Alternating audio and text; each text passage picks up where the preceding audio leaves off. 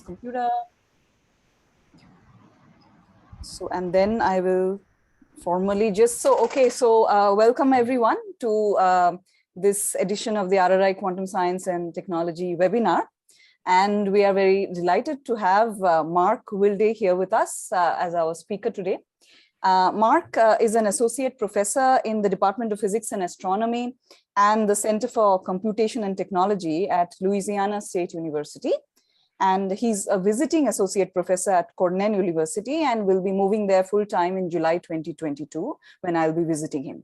So that is how it will happen. So he's a very well-known figure in quantum communications. I don't think most people I see here already, I'm sure, know him. But for the very few, the young people who may not, he's has done remarkable work in this domain of quantum communications, quantum information. He's a recipient of the Career Development Award from the US National Science Foundation, co-recipient of the 2018 AHP-Birkhauser Prize from the journal Annales Henri Poincare, and associate editor for quantum information theory at IEEE Transactions on information theory and the New Journal of Physics. His current research interests are in quantum Shannon theory, quantum optical communication, quantum computational complexity theory, and quantum error correction, among many other things. So without much further ado, the floor is yours, Mark. Quantum entanglement, applications in communication and cryptography. All right. Thanks a lot for the introduction. It's very nice of you. And thanks for having me here. It's a pleasure to deliver this talk to such an esteemed group. Is there any chance that I could be a parasite instead of a co-host? Because what keeps happening is that I hide the floating meeting controls, and then okay, I can people keep coming for the waiting room, and I can unco-host you. If I don't think you'll ever become parasite, but I will withdraw the co-host permission. Okay. So then you're a normal participant. Okay, fair enough. All right, thanks a lot. Yeah, so it's a pleasure to be here, and seeing so many people log in, I guess I got a little nervous, so I'll try to do my best. So there's a number of topics included. Some of them are basic and some of them are more advanced, and I'll try to find some balance between them. Please keep me on time. Maybe I'll grab my cell phone real quick to watch the time. If you don't mind. Okay. So yeah, this is meant to be some overview of applications of entanglement in quantum Shannon theory. Or maybe something I'll mention briefly. You talked about the AHP-Birkhauser Prize. It turns out that this morning my co-author David Suter is delivering the talk about that work at the International Congress for Mathematical Physics. And he sent me the slides 1 hour before the talk, so I hope it went well. Okay, so entanglement, as we know, is a unifying theme in quantum information and quantum communication, and it's a strong correlation that two parties can share. And it's really, in quantum information, what we look for are distinctions or separations between the classical and quantum theories of information. And it's typically the case that you find that in entanglement. They're just things that are possible with entanglement that are not possible in classical information theory. Okay, and then, I guess this is for the younger people. This is a very famous quote of Schrodinger. I would not call that one, but rather the characteristic trait of quantum mechanics, the one that enforces its entire departure from classical lines of thought. So it's consistent with what we were talking about. This entanglement is a key separation between classical and quantum. So what is entanglement? It can deal with states of two parties. Typically we call them Alice and Bob. It can also be for multiple parties, but throughout the talk we'll focus for the most part on two parties. So we define entanglement mathematically in terms of what it is not, and a separable state is one that can be written in this form. So it's a probabilistic mixture of product states. So we imagine that there's a hidden party in the background who generates this hidden classical variable x according to a probability distribution p of x, and then sends the classical information to both Alice and Bob. And because that information is classical, it can be copied and sent to Alice and Bob. Okay, and so then they receive it, and then Alice prepares a state sigma x based on the value that she receives, and Bob prepares a state tau x. And so this state is prepared by local operations and classical communication. And so it's unentangled. And then any state that cannot be written in this form is said to be entangled. Maybe a few remarks. It is a computationally difficult problem to decide if a state is entangled. And there's various ways that you can formulate this problem. One is in terms of the density matrix. So you're given the list of entries of a density matrix. And if you're asked to decide if the state is entangled, it's known that that is an NP hard problem, which means, according to widely held beliefs, that there's not going to be an efficient classical algorithm to decide that.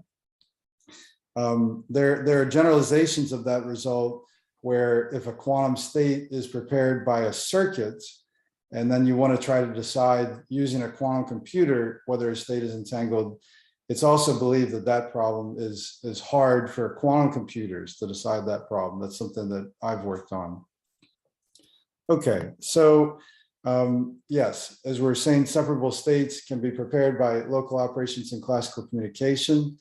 And furthermore, like a basic postulate that we hold for entanglement is that if you have some state and you quantify its entanglement in terms of an entanglement measure, that entanglement cannot be increased by just doing local operations and classical communication. This resource theory of entanglement was invented by Charlie Bennett, who's on the call, and John Smolin and DiVincenzo and Wooters in a 1996 paper that has been widely influential. And even all this theoretical work that we see on resource theories, that was influenced by this resource theory of entanglement as well. So people in quantum information more broadly, they're now thinking about resource theories of almost everything. So there's resource theories of thermodynamics, there's resource theories of coherence. This is a topic that has been studied quite a bit. There's resource theories of magic states for quantum computing. There's resource states of non-Gaussianity, because in quantum optics experiments, these non-Gaussian states are typically a useful resource for quantum computing and communication. So those are just some comments I thought to make about general research topics that the younger people might be interested in pursuing. Okay. And as I said, this notion of entanglement, it generalizes to multiple parties, but here we're going to focus on two. Okay, so what is a basic form of entanglement is the E-bit. This is like the standard fiducial form of entanglement. And as a density operator, it's written in this form, and this is the ket corresponding to the E-bit state. And it's a uniform superposition of two possibilities. Both Alice and Bob have 0, 0, or they have 1, 1. And it appears in many basic protocols, such as teleportation or Supernets coding. And so often we're trying to distill states to this standard E-bit state, or as many E-bits as possible. Okay, if you want to try to think of a classical analog of entanglement, I would have to say it would be a shared secret key. Okay, so why do I say that? A shared secret key is private to Alice and Bob. It's uniformly random and perfectly correlated. And a key aspect of it is its intensor product, or it's independent of any other system in the universe that some eavesdropper could possess. Okay, and these kinds of properties are very similar to those that entanglement has. And in fact, if you have a pure entangled state, then you can do local measurements on it to get a shared secret key, but you can't necessarily go the other way. If you have a shared secret key, you can't generate from that entanglement. Okay, so what is entanglement useful for? I'm going to review these basic protocols. They're quite famous. And then what we do in quantum Shannon theory is we think of generalizations of these protocols. Like you can ask, oh, let's take the noiseless qubit channel and make it noisy. Then what happens? Let's take the E-bit state, let's make it a noisy E-bit state. Then what can we do, right? And in teleportation, you can make the shared entangled state noisy, and then ask about what kind of transformations are possible, and at what rate can you do transformations. Okay, so Supernets coding, very famous protocol introduced by Bennett and Wiesner in 1992. The way that it works is Alice and Bob share this E-bit state before communication begins. The diagram indicates that the two qubits have been distributed to Alice and Bob. And then what's very interesting is that by performing local operations, Alice can rotate the global state to one of 4 different possibilities. She'll then send her qubit over this noiseless qubit channel, and then Bob can distinguish which one of the 4 possibilities Alice rotated the state to. Okay, and this is the perfect implementation of the protocol, and we can modify it to consider imperfect versions, but for now let's focus on the perfect version. What's also an interesting aspect of the Supernets protocol, Supernets coding protocol, is that it has a security aspect whereby if there's an eavesdropper tampering the line, then excuse me, sorry. If there's an eavesdropper tampering the line, then this eavesdropper only has access to this system, and the state of this system is a maximally mixed state, independent of the bits that were encoded here. And so an eavesdropper tampering this line cannot figure out which bits were encoded, and that's sometimes considered in the context of secure communication. Okay, and then this is another thing that Charlie Bennett introduced, is thinking of this protocol in terms of resource conversion. So the protocol takes a qubit channel and an E-bit, and then it converts those non-local resources to the non-local resource of 2 classical bits being communicated. Okay, in teleportation, what you do is you flip things around when compared to Supernets coding. Instead of Bob performing the Bell measurements, Alice performs the Bell measurement, and Bob does these conditional Pauli operations. And this protocol was discovered 1 year after Supernets coding. I have my hopes up that one day a Nobel Prize will be given for the teleportation protocol, but we'll see. So what it does is it transfers a qubit faithfully from Alice to Bob, okay? And it's by means of this interaction between the Bell measurement and the entangled state. And, these 2 classical bits are transmitted. Before the bits are recovered by Bob, the state locally is in a maximally mixed state. And so the local state of Bob is useless before the classical bits are recovered. But then after performing these conditional operations, Bob can recover the state that was transmitted. There's also no violation of the no cloning theorem, because the state here gets, I believe the phrase in the original paper was the disembodied transport of the state from here to here. So the Bell measurement somehow disembodies the state, and then it's encoded in these non-local correlations, and then appears over here on Bob's end. Okay, again, there's a cryptographic aspect of this protocol. If someone has access only to these classical bits, then they cannot figure out anything about the state that is present here and that we want to teleport over here. These two classical bits are uniformly random and independent of the state here.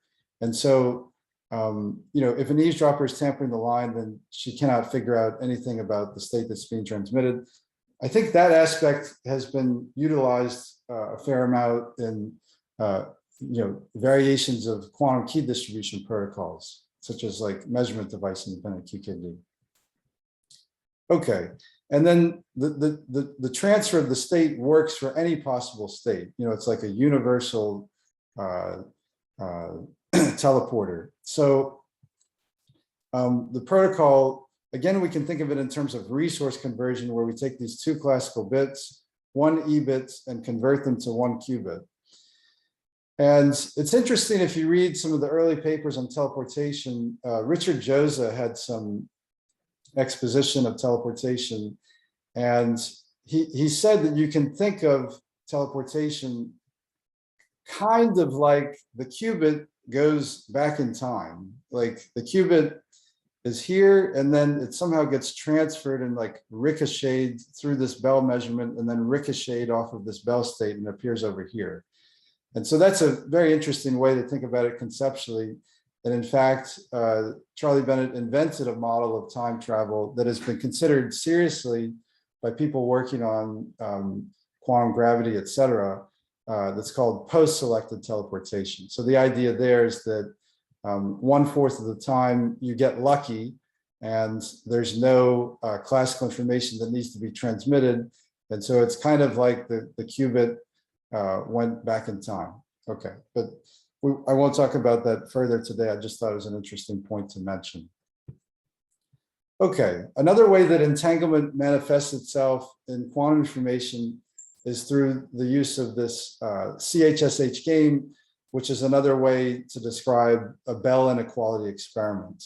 Okay, and we're now at the point where Bell inequality experiments, or CHSH games, have been demonstrated very convincingly experimentally. This happened, there were early experiments in 1982 and later, but then it was about 2015, 2016, where various experimental groups closed loopholes that were associated with Bell inequalities. Okay, but what is the basic game? We imagine there's a referee in the background, and then there are two players, Alice and Bob. The referee communicates a bit to Alice and another bit Y to Bob. And then Alice and Bob, they report back classical bits A and B, okay? And then the referee declares that they win the game if the logical AND of the inputs is equal to the exclusive OR of the outputs, okay? And if they employ a classical strategy in which they're not allowed to share entanglement, if they just have separable states or classical shared randomness, they can only win 75% of the time, okay? But if they share this E-bit state and they're allowed to do non-commuting measurements locally, then they can win 85% of the time, okay? Which I believe is equal to cosine squared pi over 8. It's this famous number in quantum information. Okay, and this CHSH game is the basis for cryptographic protocols like device-independent QKD, which has been investigated quite a bit over the past decade and more. So the idea there is that, on some rounds of a QKD protocol, you do tests with the CHSH game to have some confidence that Alice and Bob, by means of sharing quantum states and local operations and classical communication, they could share some E-bits. And so on the test rounds, if they share E-bits, they can win 85% of the time. And then the idea is that on the other active rounds, if they have E-bits, then they can generate secret key, right? By the argument that we were making earlier, that an entangled state is in tensor product with any eavesdropper, and then they can use these entangled states to generate secret key. Okay, So indeed, let me talk a bit further about that and how entanglement can generate a secret key. If Alice and Bob shared this EBIT state, then there's a purification principle of quantum mechanics. It guarantees that the only possible global state of their systems and any other third party has to be in this tensor product form, right? So if they share this ideal state, then that is their state. And the eavesdropper has no correlations whatsoever with this entangled state. And so that's also called monogamy of entanglement, because it's only Alice and Bob that can be entangled and not a third party if they share this EBIT state. And so by doing these local measurements, they can distill a secret key, and then whatever the eavesdropper measures, she'll not be able to figure out the outcome of the measurements of Alice and Bob. She would just have to try to guess randomly what the outcome would be. And if they share many, many EBITs and they're doing this experiment over and over again, then the probability for the eavesdropper to guess the exact value of the secret key drops exponentially with the number of EBITs. Okay. Sorry, can I ask a question? Please go ahead. Yes. Yeah, on the CHSH game, you mentioned that the people, this Alice and Bob, they make non-local measurements. Did I hear you correctly? No, they do local measurements. Oh, they can make local. Okay. Yeah, they're doing. Sorry, but for some reason. Oh, now it's working. Okay. So we imagine that they share an EBIT before the game begins, and then Alice is allowed to do, I think I said non-commuting measurements. Hopefully that's what I said. Okay, thanks. But the measurements are local. So I believe the winning strategy, Alice measures sigma X or sigma Z at random, and then Bob measures sigma X plus sigma Z at random, or sigma X minus sigma Z. You have to normalize that by √2. Okay. So, okay, now we're getting to, let me check the time. So we're, okay, good. The question then becomes, we've talked about these ideal protocols. The question then becomes, what if there's noise? What kind of things can we do? And that motivates the whole area of quantum Shannon theory, right? So that's the topic on which I wrote now 2 textbooks. One I did on my own. The second textbook we have put on the archive. I'll mention it later. This was done in collaboration with a student at LSU, Samit Khatri, who's now going to be doing a postdoc in Germany. Okay, so, but we can, there's this question in these basic protocols, what if there's noise? And then we can consider a whole variety of communication tasks. Classical communication over quantum channels, entanglement-assisted classical communication. What if there's feedback? What kind of rates can we achieve? Private communication, secret key agreement, those two are related, and they're related to QKD. And finally, quantum communication, which is useful for distributed quantum computing. See in the chat. Oh, okay. All right. So if you want to think about a basic noisy channel that we would expect to encounter in practice in experiments, it's this lossy thermal channel. Okay, so what is the mathematical, or what is a basic optical model of this channel?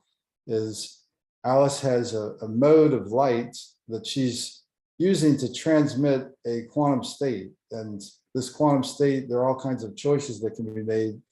The popular ones include like coherent states, squeeze states. There can be one share of an entangled state.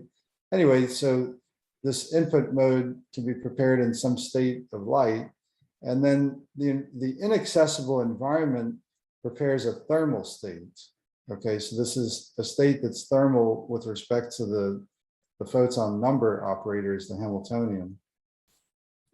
And N indicates the number of noisy photons, the mean number of noisy photons in this thermal state.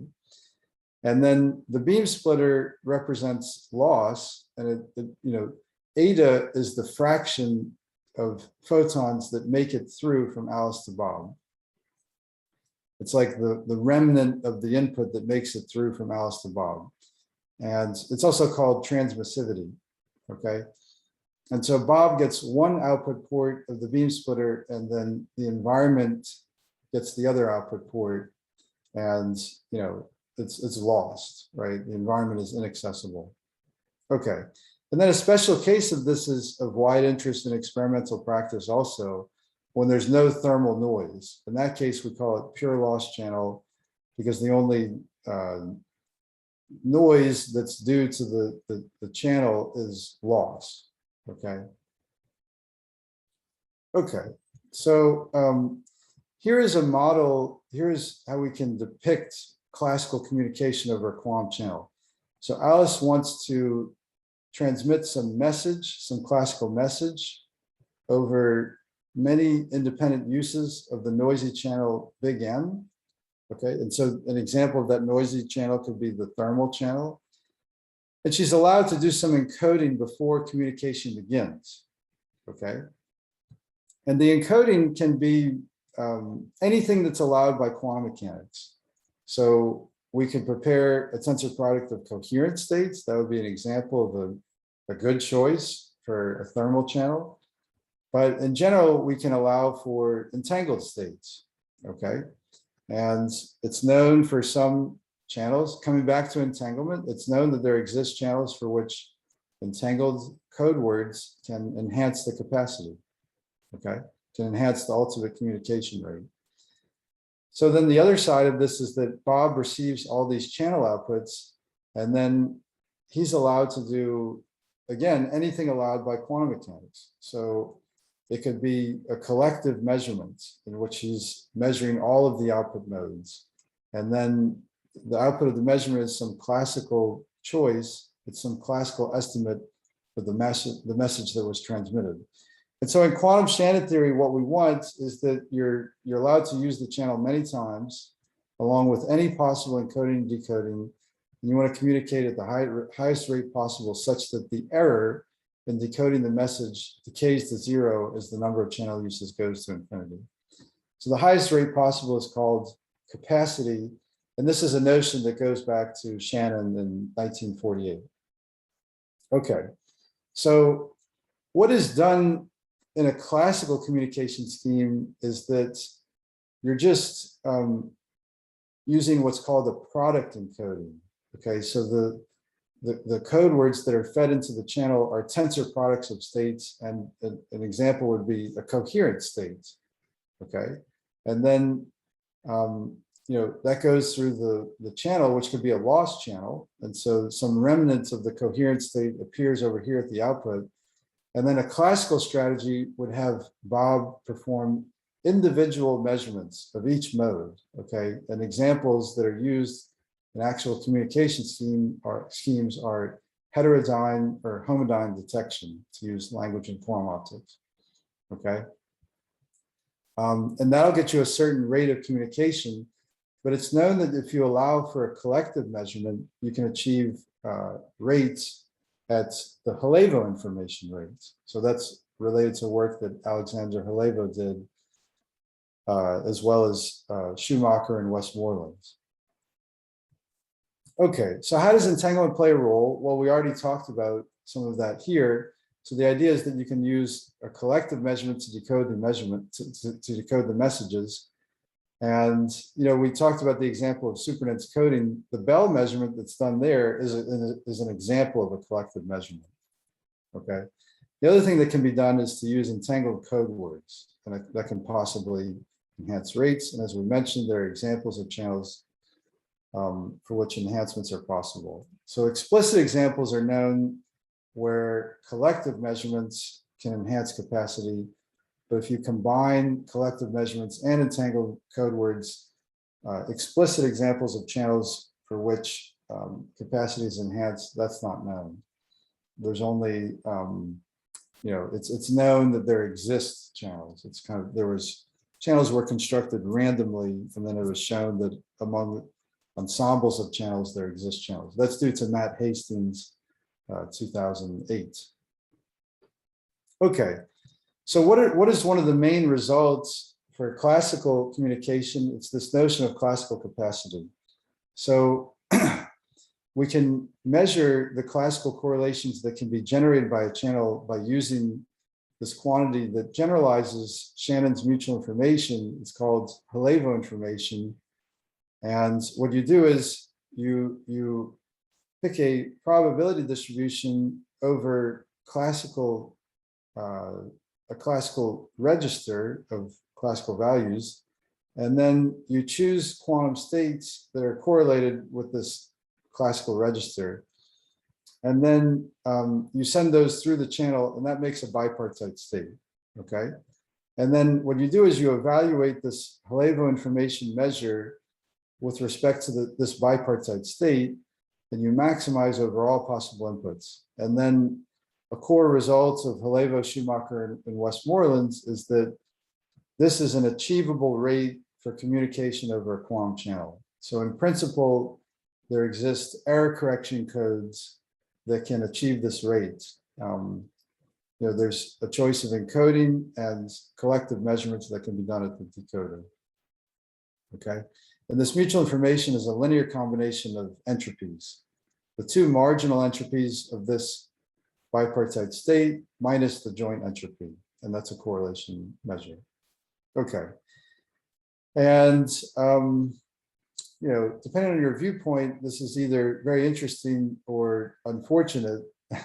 The classical capacity is equal to this regularized Halevo information. So you have to take this quantity that we defined here and evaluate it for a tensor product channel, so many uses of the channel, divide by the number of times you used it, and take this limit, okay? And for some channels, like the thermal channel that I mentioned previously, it's known that you don't need to do this limiting procedure. It's known that the Halevo information is actually equal to the capacity. And for the thermal channel, we know explicit formulas for the capacity in terms of the transmissivity of the channel and the thermal environment noise. That was a landmark result due to Halevo, Giovanetti, Garcia Patron, and Cerf back in 2013. However, in general, it's believed that this limit is necessary, okay?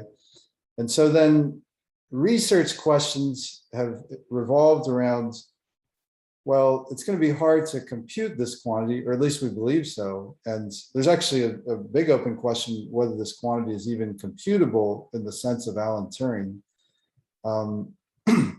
But, given the belief that this quantity is hard to compute, you can then try to bound it from below and from above. And so, that's research that I've been involved in, others have been involved in, and we try to come up with clever ways to bound this quantity, to try to narrow down the capacity and maybe identify it for key channels of interest.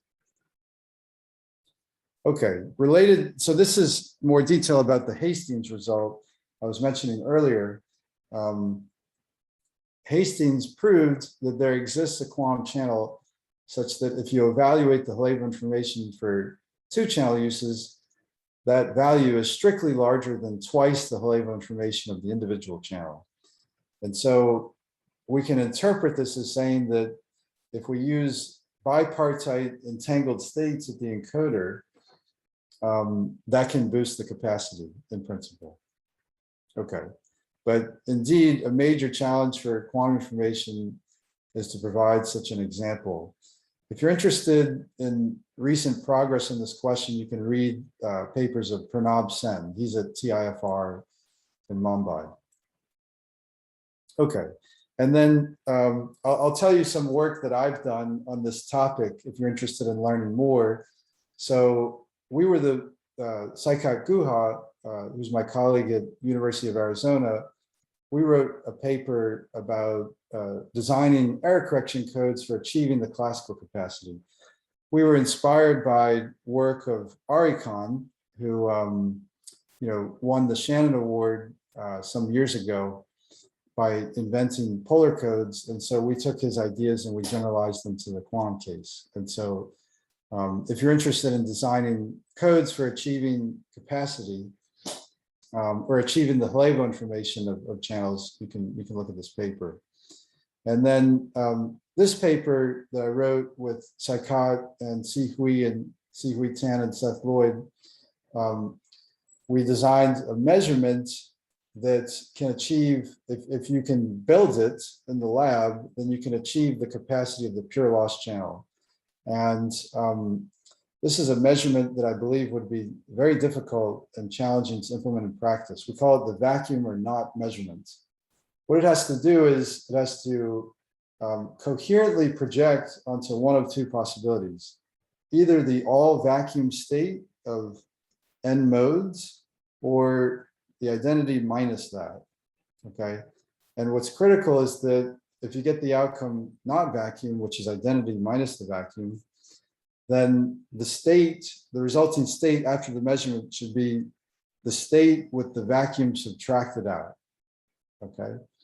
And so that's the part, the not vacuum is the part that's hard to realize in practice, to do that coherently.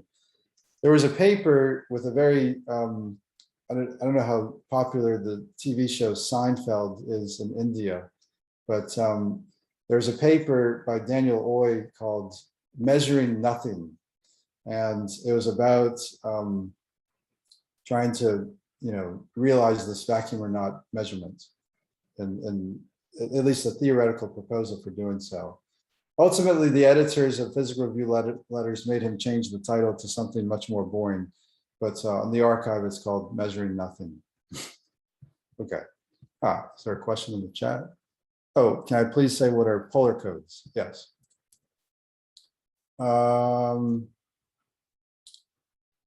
Let's see. So polar codes, briefly, what they do is you take n uses of the channel, and then by an encoding of the channel, you realize what are called virtual channels from 1 bit of the input of the encoder to all of the outputs.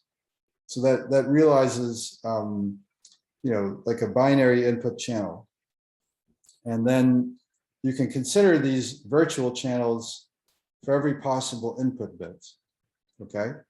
And then what Archon proved is that these virtual channels polarize, meaning that either they are near perfect or near useless, okay?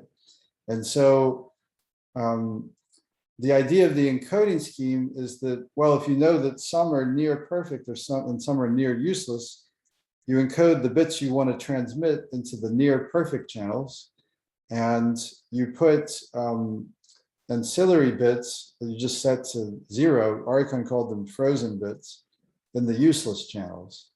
And what he proved is that the fraction of the overall channels that are near perfect, they're equal to the capacity. And so that's the idea behind them. It's a really beautiful paper. Like that was quite an uplifting experience, actually, personally, to read Archon's paper. So if you're into that kind of thing, I highly recommend it. Yes.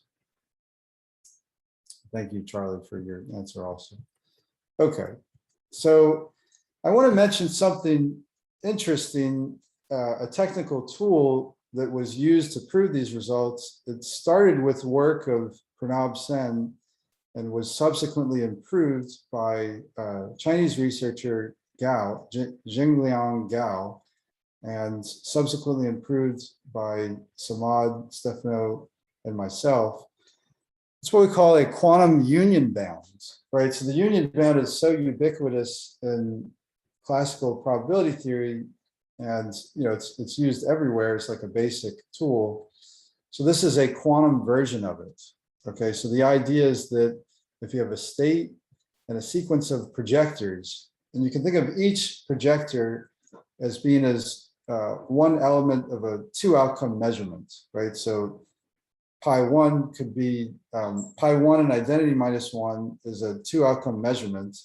And so you think of each of these as a 2 outcome measurement. And so the application, or why it's useful in quantum information, is when you're decoding you could decode successively. You could ask, like, is it the first message? Was the first message transmitted? Was the second message transmitted?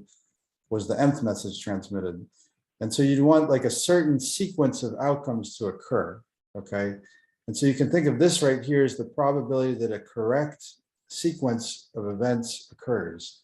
And in classical probability theory, you would think of this as an intersection of events, okay?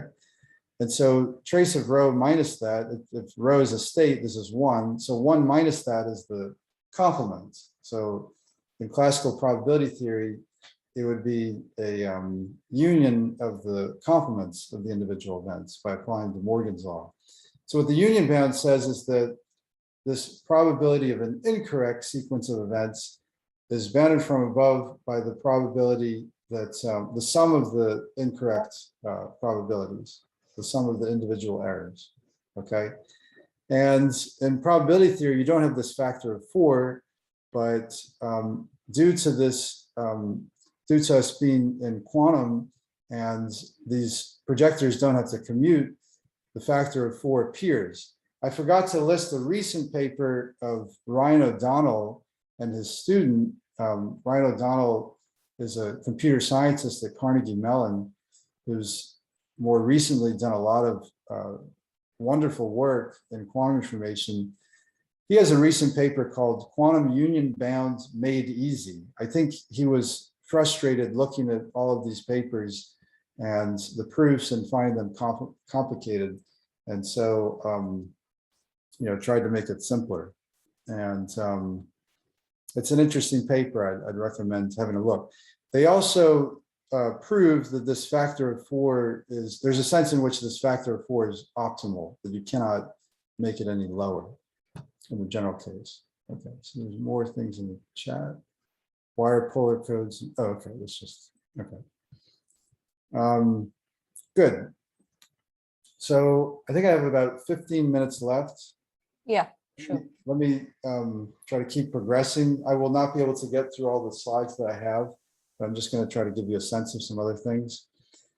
So we're talking about differences between classical and quantum information. So this shows a nice gap that one can achieve for classical communication over optical channels, like the pure loss channel. So this is rate in terms of bits per channel use versus photon number that you're allowed to use for the encoded states.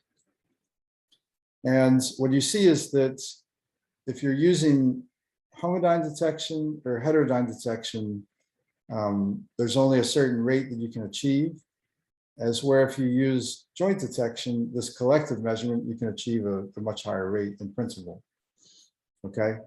And it's interesting that for low photon number, homodyne detection does better than heterodyne detection. And that's because these lower photon numbers, homodyne detection is measuring just one quadrature. And so there's less of a noise contribution from the vacuum. As where when the photon number gets larger, that noise contribution from the vacuum doesn't matter as much. And there's a sense in which heterodyne detection realizes 2 parallel channels, because you're 2 parallel classical channels, because you're measuring, it's kind of like you're simultaneously measuring both quadratures. And so for higher powers or higher energies, you can achieve a higher rate. Okay, now I want to talk about feedback assisted classical communication. This is a topic that I personally find very interesting. And the diagram becomes quite a bit more complicated. So but the idea is that Alice has a classical message that she wants to transmit to Bob, and Bob is now allowed to send classical feedback. So anything green now is classical in this diagram, okay? So, you know, based on the value of the classical message, Alice can prepare a quantum state and Bob can send classical feedback. They can do an Alice can do an encoding, keep a scratch register in a local quantum computer, and then send one node over the system over the channel. And then it leads to an output for Bob. He can then take what's there in his local quantum computer and do a decoding. The decoding will have as output a classical register that he sends back to Alice and a local memory register that he stores in a quantum computer. And then this process iterates. And there's questions like, okay, does feedback improve capacity? If not in the asymptotic limit of many channel uses, does it help in the non-asymptotic regime? And so there's a notion of feedback assisted capacity. There's a famous result of Shannon that, in the case when the channels, when everything's classical, that in the asymptotic regime, feedback does not increase capacity. Okay, so that's like a landmark result for classical information. I think he showed that in the late 1950s when he introduced the notion of zero error capacity also. And what's very interesting is feedback, this classical feedback in the quantum case, there are examples of channels known for which feedback can increase the capacity, even just classical feedback. This was proven by Graham Smith and John Smolin back when they were at IBM around 2009, I think. And so that is a key separation between the classical and quantum theories of information. They showed an example of a channel for which without feedback, the capacity is no larger than 2 bits per channel use. But then with feedback, it can be proportional to the dimension of the input of the channel. So if the dimension gets larger and larger, the capacity is unbounded. So that's a huge separation between classical and quantum that I think deserves further study.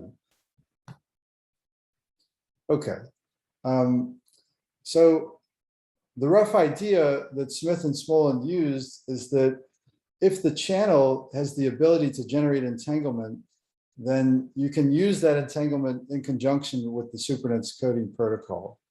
Okay, like with Supernets coding, you can send 2 bits per channel use if you have entanglement, and so that somehow you can use this idea to get a gain in capacity, but it doesn't work for every channel. It only works for certain channels, and there's a question of whether you would expect to encounter the Smith-Smolin channel in the wild. I think the answer is probably no. And so it would be very interesting, like for the thermal channel, to figure out whether feedback increases the capacity. That's something that we've thought about over the years, but we don't have a definitive answer. What I've done on this topic is we showed, there was an earlier results of Gary Bowen and his co-author, where they showed that if the channel is entanglement breaking, like if it has no ability to generate entanglement, then feedback does not increase capacity. And then we came in and showed something called the strong converse, which says that if the rate of communication exceeds the capacity, the error probability will actually tend to 1. And so these strong converses show that the capacity is like a very sharp dividing line between what's possible and impossible.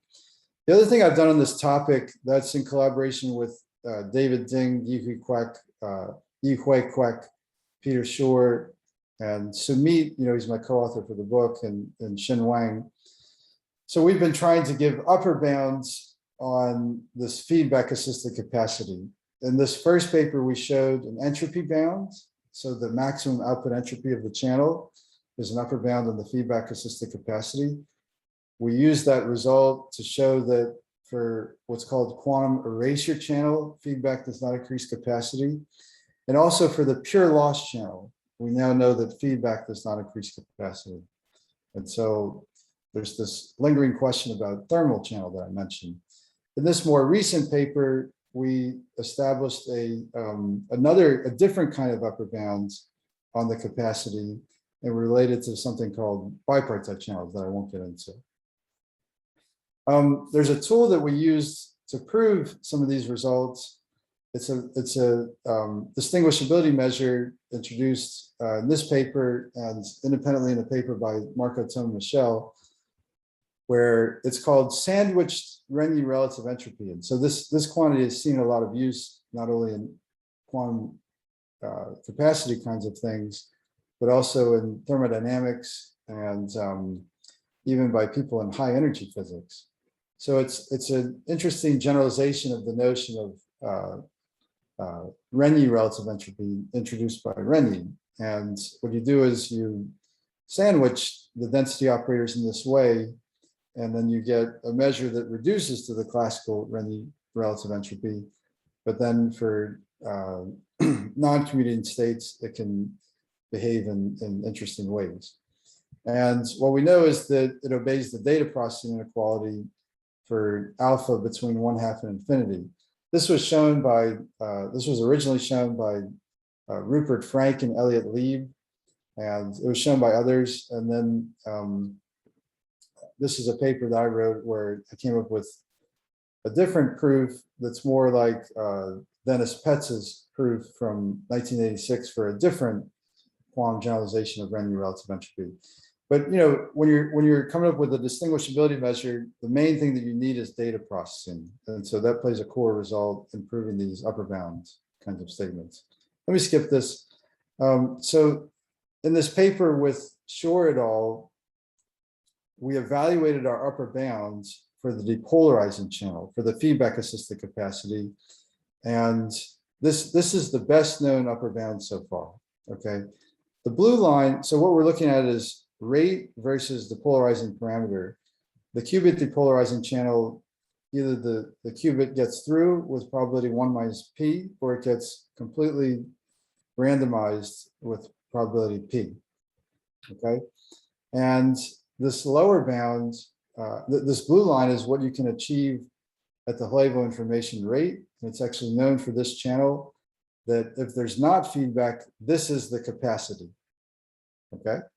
And with our new upper bound for the feedback assisted capacity, this is what we find. And so you see there's a significant gap, still a lot of work to be done to improve this. This line here is where the depolarizing channel becomes entanglement breaking.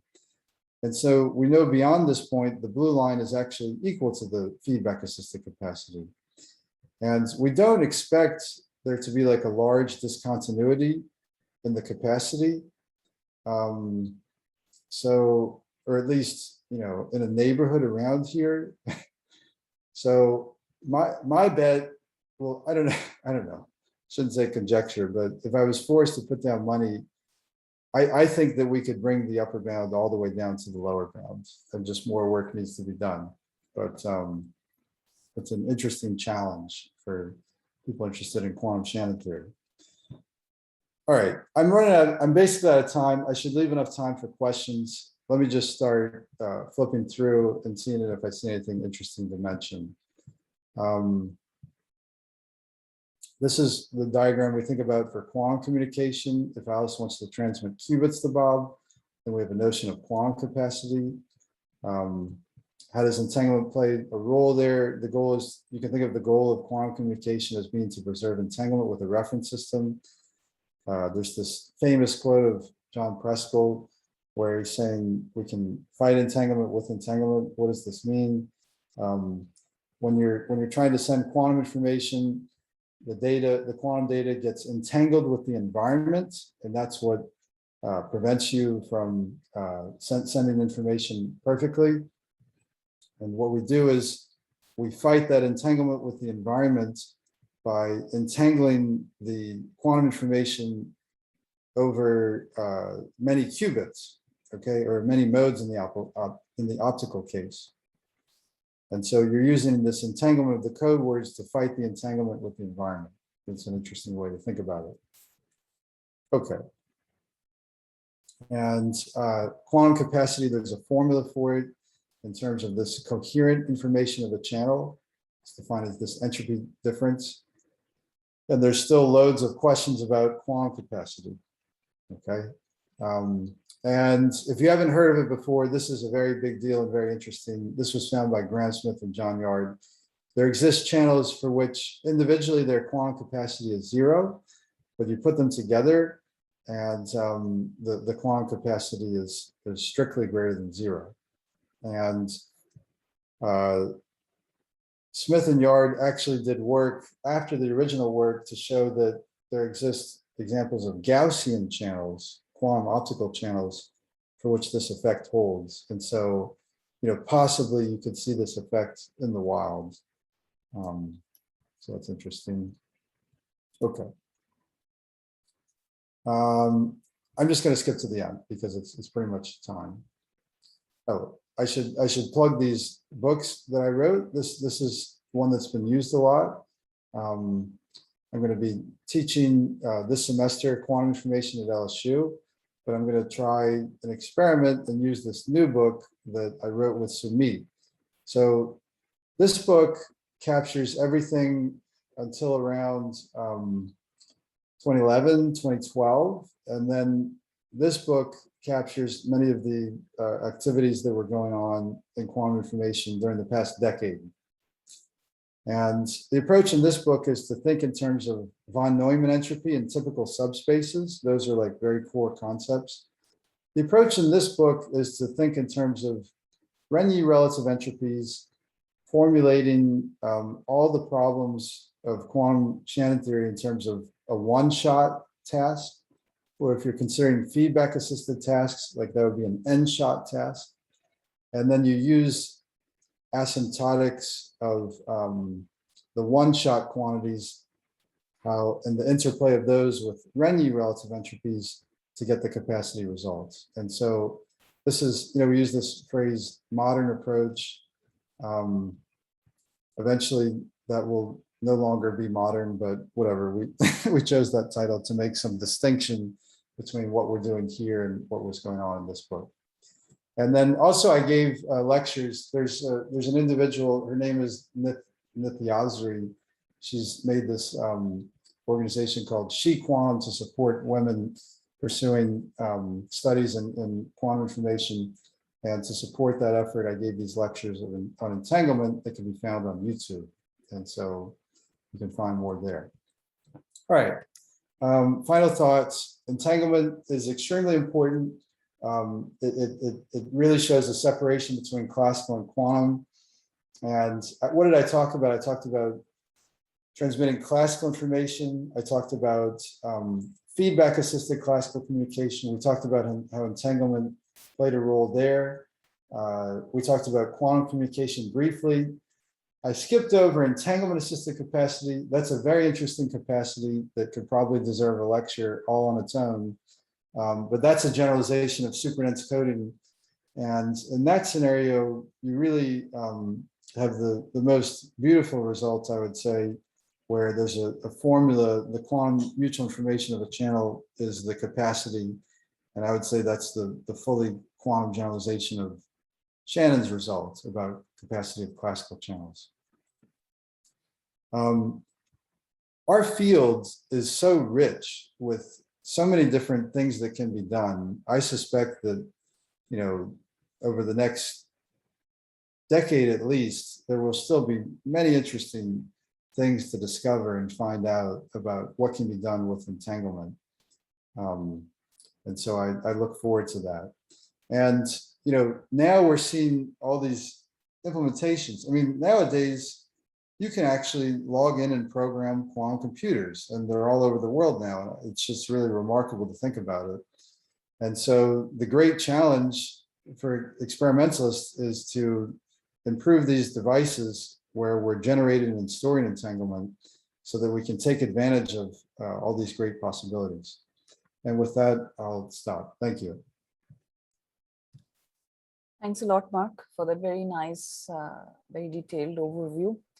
So the floor is now open for questions. You can just raise hand or type. Or Charlie, do you have any questions? Because you're muted, just in case. So Charlie wrote in the, I know, he wrote the definition. Now it's a direct message, but I think it's very funny, so I'll just read it out. Surely.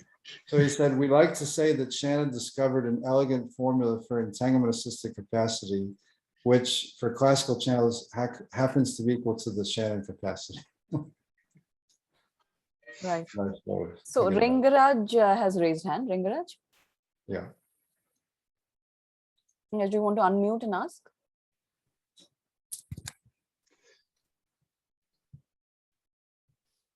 Where did my Sorry? Ringaraj, you have your hand raised. You have a Yeah, question? but I think he's trying to get his audio to work. Okay. So while Ringaraj does that, if anyone else wants to say something. I think there's a question in the chat. What is Rene relative?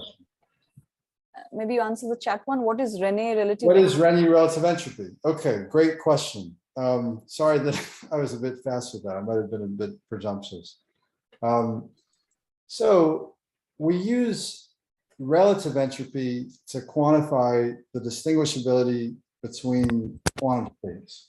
Okay, that's a famous formula, and you know, often I'll write it in the chat. Like it looks like this: log minus log sigma.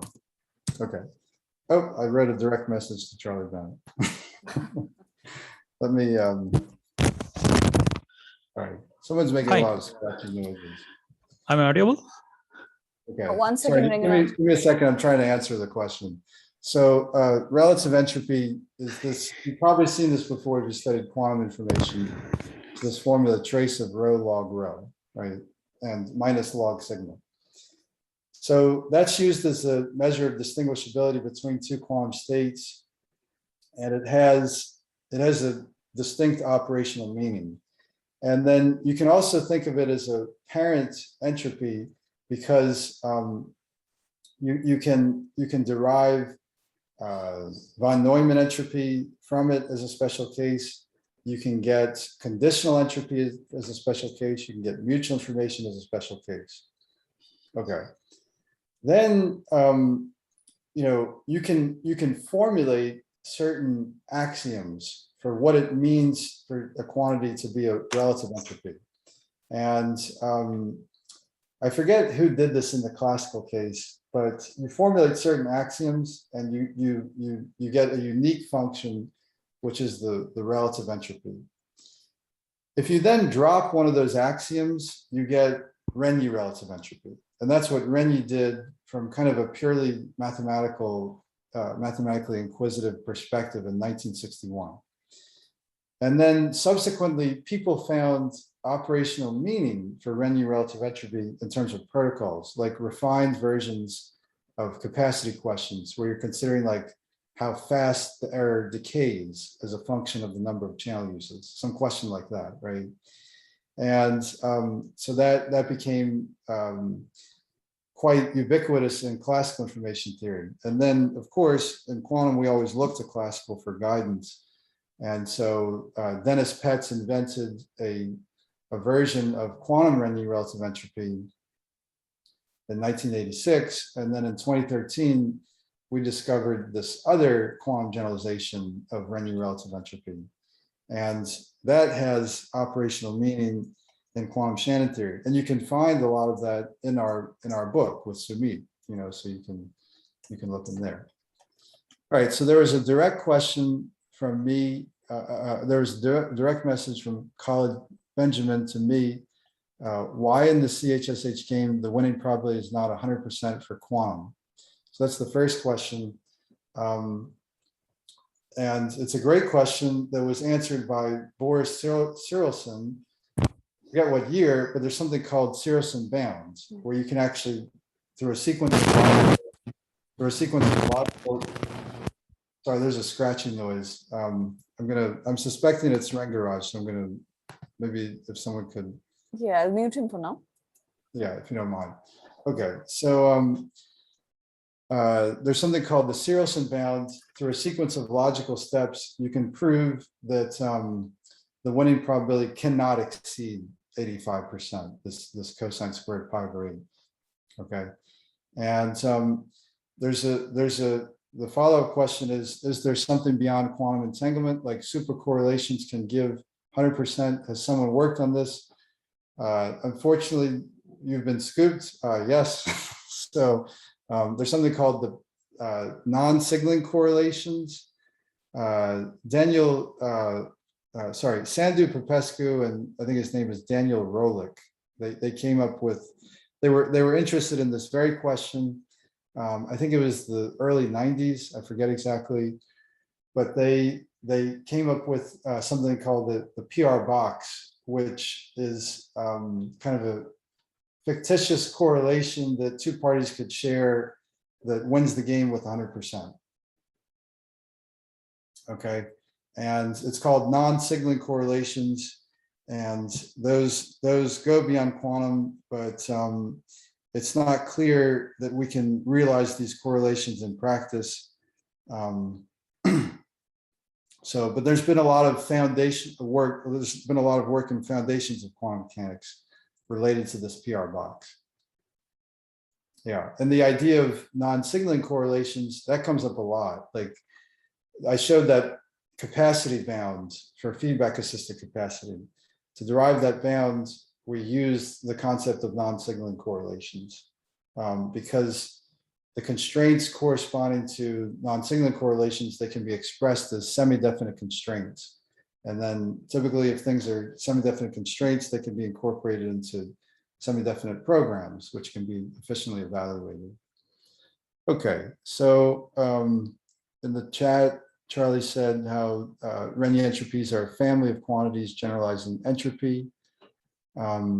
Dia asked a direct question: should we consider these entropies as a measure of information only? It's also the uncertainty about system before making measurements of the system. Yes, you can think of it. Indeed, they're measures of uncertainty, and entropy. There's a famous story how Shannon was. I think it's just kind of. It might be made up. I don't know, but it's very famous and passed along. Where Shannon was looking for a name for this quantity had come up with, and went to von Neumann and asked him, what should I call it? And von Neumann said, oh, you should call it entropy for two reasons, because I invented it 25 years ago. And if you use that name entropy, you'll always have an advantage in a debate because no one knows what it means. And so von Neumann had used entropy in the context of thermodynamics, quantum statistical mechanics. And, there it's understood as a measure of uncertainty. Okay. Charlie made the comment, Popesco showed if you could win the game with 100%, you can communicate fast in the speed of light. Oh, okay, that's very good to know. So then these PR boxes should be impossible physically. Runak Chatterjee, I don't know how to say that properly, sorry. How is the CHSH game important to security aspects in quantum communications? So that's what I was talking about on that slide, how you use the CHSH game to test whether Alice and Bob truly have entanglement, because there's like a converse statement known that if they're winning the CHSH game with probability close to 85%, then the only possibility is for them to have to be using a strategy that wins the CHSH game. It's kind of like a faithfulness statement. So like the states that they share will be close to maximally entangled states. And then if they share something close to maximally entangled, they can distill from that something that's close to a secret key. Does it help to find some bounds that can help us to detect Eve? Yes, that's exactly what it's used for. Okay, you mentioned about, this is from Usha Devi, you mentioned about quantum reading, where the figure of merit is the quantum Chernoff bounds. I don't know if I actually mentioned about it, but quantum reading is a very interesting topic that deserves further study. You can formulate quantum reading as a capacity problem. My co-author, former student Siddharth Das, who was here at LSU, we wrote a paper about quantum reading capacity, where we defined what I think is the most natural definition of quantum reading capacity. So the question is, in this connection, I want to ask the following. Entanglement breaking channels 2 fare well when using entangled states versus unentangled states. But when it comes to classical capacity, entanglement breaking channels do not fare well. Can you comment on this? Yes, this is a great question. Quantum reading is more like entanglement assisted capacity. Okay, so entanglement assisted capacity, you're allowed to use this pre-shared entanglement to communicate between Alice and Bob. The way you can think about quantum reading and the relation to entanglement-assisted capacity is this. So in entanglement-assisted capacity, Alice and Bob are in different locations and they share entanglement beforehand. And then Alice can encode, like in Supernets coding, Alice can encode a message into her share and transmit it to Bob. Quantum reading is more like what's called quantum illumination. So that's something Seth Lloyd invented. So there, Alice prepares an entangled state locally, sends one share over a channel to Bob, who then encodes something onto that share of the entanglement and sends it back to Alice. And then Alice does a joint measurement, right? And so, you know, that's the connection between these concepts. And it's known that the entanglement-assisted capacity of an entanglement breaking channel can be larger than its unassisted capacity, right? So, like there's all kinds of channels for which that's known, and entanglement breaking ones like thermal channels, etc. So that's the reason. And the way that this is explained in the context of quantum illumination is that indeed with an entanglement breaking channel, the state that comes back is separable, but the correlations in the state are larger than those that you could have had if you would have used the separable state to begin with. Okay. So that's a way to think about it. That's a very interesting question. And I think quantum reading capacity deserves further study. Like it's not known various bounds, and we have projects going on to figure out upper bounds for quantum reading capacity. Okay, there's a question from Rengaraj, LMU. So when designing a polar decoder for classical error correction, the frame error rate is slightly higher than LDPC codes. Please comment on this. I don't know. What exactly is meant by frame error rate, like for the whole block? So, okay, it could be that for, okay, I think the question is this, like, it could be for a given block size, the frame error rate for LDPC codes is in practice found to be lower than that for polar codes. But, you know, the key insight of ARICON was that as the block size gets larger and larger, the frame error rate can be made to go to 0 while achieving capacity. So ARICON's achievement was monumental. You know, like Shannon in 1948 set out this question of designing error correction codes that achieve the capacity. And for years and years and years, people tried all kinds of things. And then there were breakthroughs in the 90s where they could show that like turbo codes appear to be achieving capacity, right? But there was no proof of it. And then there was LDPC codes, and then people showed numerically, oh, they appear to be achieving capacity. ARICON, in his paper, I believe it was 2007, proved it. You know, he had a mathematical proof that, oh, there are these class of codes and they achieve capacity. So, sorry, Mark, yeah. How are you doing with time? I mean, you have. I'm fine over here. Okay. I have to leave in about 15 minutes if y'all are pressed for time. So we have one more question in the chat, and I think we should also see if Professor Holm actually wanted to ask something, because he had raised his hand, which is now not raised anymore.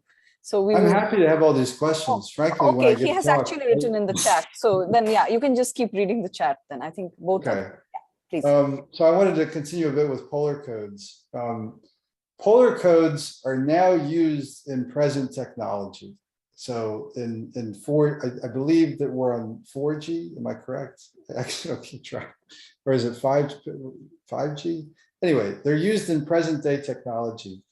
And this issue of frame error rate, there's all kinds of ways that you can modify the original proposal of ARICON to improve the practical performance.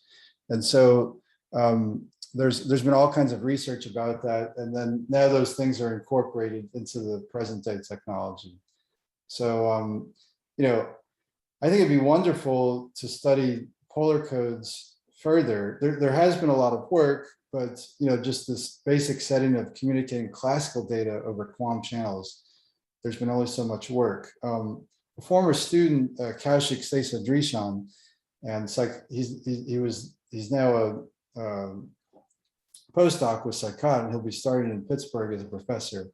So they used an ion trap quantum computer to try to test out the performance of classical polar codes, to try to show some quantum advantage. And so that was the latest thing on that topic that I think was pretty interesting.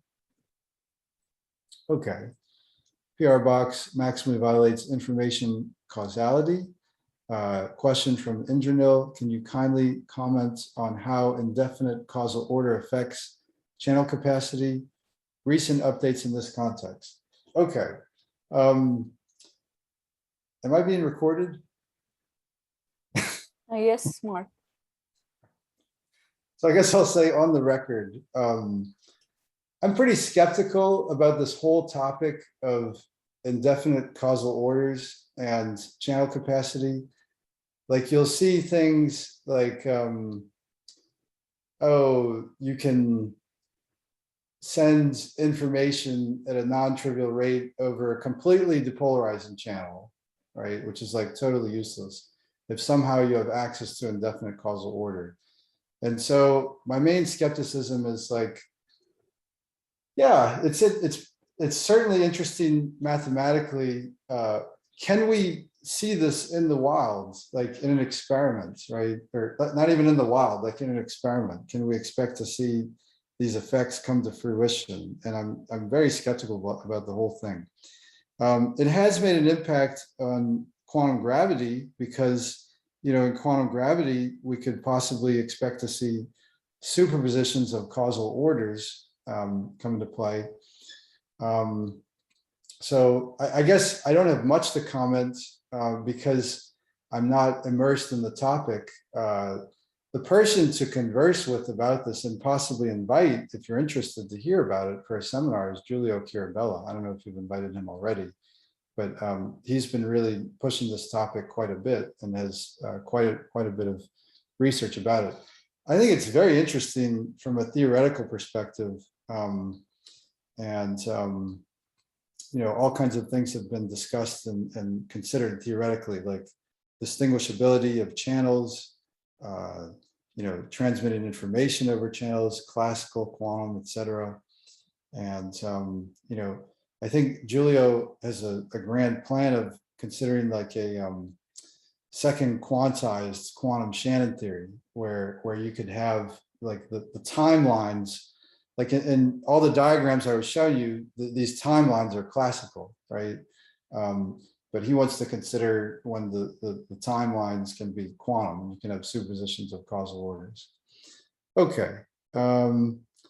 So there was a comment of Poincare: role of noisy channels in the context of higher dimensional entanglement, say for bipartite qubits.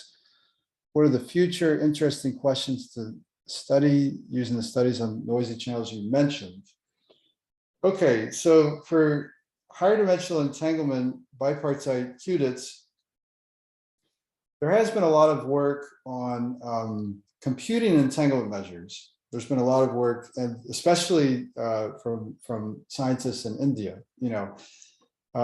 There's one measure that I think is very fascinating, and this is squashed entanglement. Okay, and so there's very few states on which we know how to evaluate squash entanglement. And so if there were simply more developments on that topic, I would find that interesting. I think it's a useful entanglement measure. Why? It's an upper bound on distillable entanglement. It's an upper bound on distillable secret key. There's also squash entanglement of a channel. That's an upper bound on QKD rates you can achieve over a channel. We use that to get bounds to limitations on quantum key distribution. So I think that could be an interesting topic. Okay, so Charlie said, so can I just ask you to yes. So that's for squash entanglement, do you mean that work that Andre Winter and his collaborators introduced in 1904? That's right. It was Andreas Winter and Matthias Andre, Fischel. And that satisfies additivity condition and those conditions which the additivity. Well, it's actually evaluated for bipartite states. The thing about squash entanglement is it has all these wonderful properties which make it a great entanglement measure. You mean those additivity properties and the properties like additivity and additivity. However, to actually compute it for states is a big challenge. And so what you typically do is because squash entanglement is an upper bound on the distillable key, you just try to figure out a clever upper bound on squash entanglement to bound the distillable key. And so that's what's typically done. So to precisely evaluate it would be very interesting. Okay. And another point, you didn't talk about any in the effect of noisy possible channel in another newly emerging application of entanglement, say for random number generation or genuine random number, because entanglement has been applied there. So those kind of applications, this noisy channel kind of analysis, how useful will it be? So we have worked on that topic. There was a former student, her name's Anit Kaur. I think she worked with Urbasi in her master's. So we wrote a paper where we defined a device-independent capacity of a channel that was relevant for device-independent QKD. And then we used notions related to squash entanglement to invent a quantity that is an upper bound on device-independent capacity, with the idea that we want to understand, okay, what are the limits of device-independent QKD? What are the rates that we can hope to never exceed, and to motivate work on building repeaters for quantum key distribution. So and then you were asking about random number generation. I believe that these bounds could be used also to bound the rate at which random numbers can be generated. Okay. Okay, thank you. So Charlie made the comment, since Mark has come all the way from the USA to India, it would be a waste of time for him to hurry back home after having stayed only 60 minutes. Okay. All right, Charles may have an appointment in South Africa next. All right, given the nature of his visit. Okay, the conversation's going on. You may have noted from his recital of names that he has imported a number of Indian students to the US. Indeed, that's true. I have been very happy over, I guess it's now been a decade, to have so many great students come from India to the US, and we all get along very well, and we're a very happy group here. Okay, so I hope that that continues. Sir, what is squash entanglement? So in short, you use conditional mutual information. So that's a generalization of mutual information, where you take a bipartite state, you find an extension of it, where it's a tripartite extension. You give the extending system to the eavesdropper, and then you evaluate the conditional mutual information of A and B given E. So it's like the correlations that Alice and Bob have from the perspective of Eve. And then what you do is an optimization. You minimize the conditional mutual information over all these extension systems. And that minimization is, as far as we know, unbounded. And that's why it's hard to compute in general. And it could possibly be an uncomputable measure. That's what people have thought for at least a decade, that when you see this regularized quantity, that regularized quantity, taking an optimization over an unbounded extension system, it's possible that the quantity could be uncomputable.